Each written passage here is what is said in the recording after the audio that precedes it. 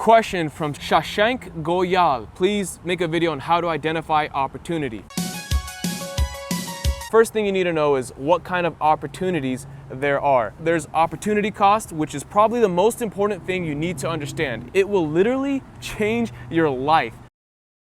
Not being able to do something because you're doing something else, because you have so much time in a day, right? We got 24 hours, and in our 24 hours, we could do so many things, but you can't do everything. You gotta make a choice. You gotta choose, am I gonna do this or this? Which one's it gonna be? Before we get into the video, drop a like. It helps support this video so the algorithm gets boosted and people see this video, and it costs you nothing. Every time you make a decision, you gotta do a cost-benefit analysis. So you gotta realize, okay, what's the cost and what's the benefit? It's gonna cost me 2 hours of my time and I'm gonna get this much benefit.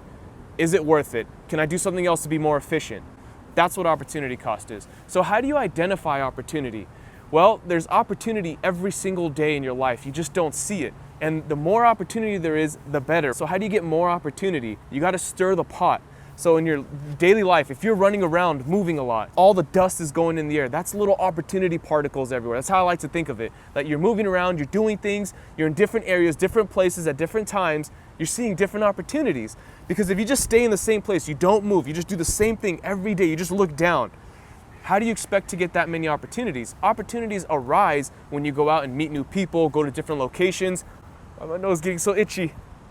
Opportunities will come in strange ways, but just because you have an opportunity doesn't mean you have to swing at it, right? I learned this the hard way. I used to think that every time there was an opportunity, I need to take it. And by swinging at every opportunity, you learn that you're wasting so much of your time. I'm gonna use an example with buying cars. So I used to go on a website called Auto Trader, where people will list their cars for sale. And so every time I checked this website, I would look for a new car being posted, like the newest car. And every time I'd refresh, I'm creating new opportunities.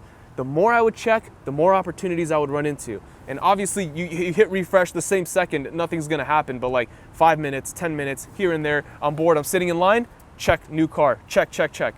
And I would find car deals, and I would go, and a lot of the times I wouldn't be able to buy them because I would get ripped off, not ripped off because I didn't buy it, but I would waste my time realizing like, oh, you know what, this red flag, I should have watched out for this. Like, for example, a guy says, yeah, it has 64,000 miles, but I'm not gonna send you the VIN number. Just come on over and look at it first, buddy. And then I drive over, right? So like, this is a true story. This happened to me with my friend. We drove out to Los Angeles. We went to look at this Honda Accord. It said it had 64,000 miles and it was in perfect condition. And the price was just way too cheap, but I didn't question it because it was posted in that first minute. I called him right away, super excited with little to no knowledge of the fact that it could be fake miles. So I asked him, all right, you know what? I'm really interested in the car, but can you send me the VIN? He's like, oh, you know what? I don't have access to it. I got a lot of people calling me. If you want to come see it, you can meet me here. And I was like, okay. And he gave me the address to a Best Buy, a store that sells electronics. Already, these red flags should have been popping. Not providing the vehicle identification number, which is the analysis part of cost-benefit analysis, right? Before you do anything, you always want to analyze, what does it involve? What are the risks? What could go wrong, right? What are you getting into? That's super important. And then the second red flag was he's meeting at a public Best Buy. Like, okay, some people might think this is not a red flag, like he's just being safe for his address, but in general, for me, for all the cars I've ever bought that are great deals, it's always at their address because they have nothing to hide. Why do you need to hide your address if you're selling what you say you're selling? So anyway, we drive out, we take an hour to get there, right? We drive out there and I pull out my phone as we approach, right? We're parking in front of the Honda Accord and I'm able to run Carfax's via license plate. So I get his license plate right there. I see his license plate, I see him pull up and I'm running his plates like, okay, let's see the history of this car. 350,000 miles, 350,000 miles. And then right when he sees me pulling out my phone, he like reverses and says, no, f you, man. I'm not gonna cuss, but you get the point. He's like, f you, man, I'm gonna kill you. And he's starting to threaten me. And I'm like, what the hell? So we both reverse. He's reversing because I don't know why. He's like scared that I'm gonna report him. And I'm reversing because I don't wanna die. Is he going to get a gun? What is this guy trying to do? So we instantly bolt out and just gun it to like another neighborhood, drive super fast, park there for a bit, walk around, and then we just think about it like, okay, what just happened? We literally just wasted our time. We almost got killed probably. Like, this is sketch. This is getting real sketch here. And we're thinking, should we call the police, right? Like, this guy just threatened to kill me. What's this guy doing? So Instead, we ended up just cooling down and driving home. And that built in a red flag in my brain for every time I see an opportunity, like, make sure you go through these parameters. So in a way, you should take every opportunity you see and fail or mess up like me, and then you'll learn from it, but then it'll build you up to where you take less and less opportunities and you only swing the bat on the perfect pitches.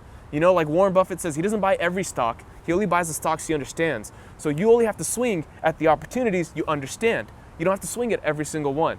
The best way to learn, if you're smart, is from me.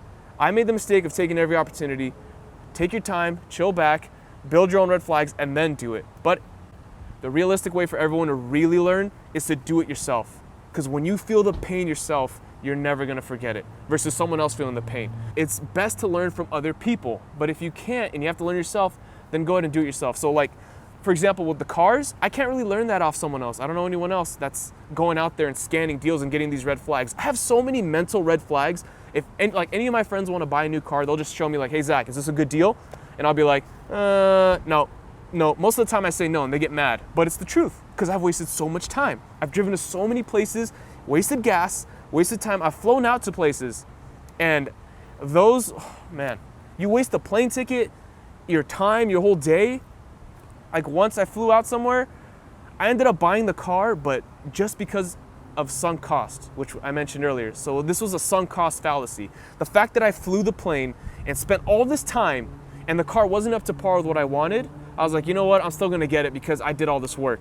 And that was dumb, that's a sunk cost. So I bought it, and thankfully I was able to sell it for like, I think $200 more. So I still made a little bit of money, but I was expecting to make like $2,000, $3,000. So I almost lost money there. You know, I got very lucky. But a lot of people fall into that sunk cost fallacy. And when you're looking at opportunities and you want to identify an opportunity, make sure you analyze it. It's better to take your time and say no than to just jump into something and lose all your money or your time. I mean, it depends what kind of opportunity we're talking about here.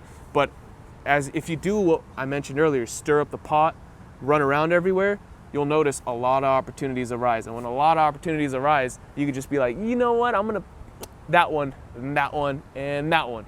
You only need one good opportunity in your life to make a huge difference too, right? Like you just need one big thing. Like Steve Jobs with the iPhone, that was one big thing. Well, okay, the Macintosh computer, and he evolved it, but still, Steve Jobs with Apple, that was one thing. He could have had opportunities. His friends probably were like, hey, Steve Jobs, you want to start a car wash business? Hey, Steve Jobs, you want to start a laundromat? Hey, Steve Jobs, do you want to get into the hotel industry? And his life would have been totally different if he took those opportunities. So be scarce with the opportunities you take. Really think about it. And I hope that answers your questions. I hope that answers your question. I appreciate the question you leave below. Any of you have a question, comment it down below. I'll respond usually within 24 hours to all of it via text, or I'll make a video like this and you'll see your name pop up in the beginning of the video, like for this comment. So anyway, if you enjoyed it, I always forget to add this in the beginning. But I'm just gonna say this now and then throw it in the beginning. I'm gonna edit this. You're gonna see this at the beginning of the video. So before we get into the video, drop a like. It helps support this video so the algorithm gets boosted and people see this video, and it costs you nothing. This is free videos. Just drop a like if you like it and subscribe if you haven't already with the bell. All right, thanks for watching. I'll see you in the next one.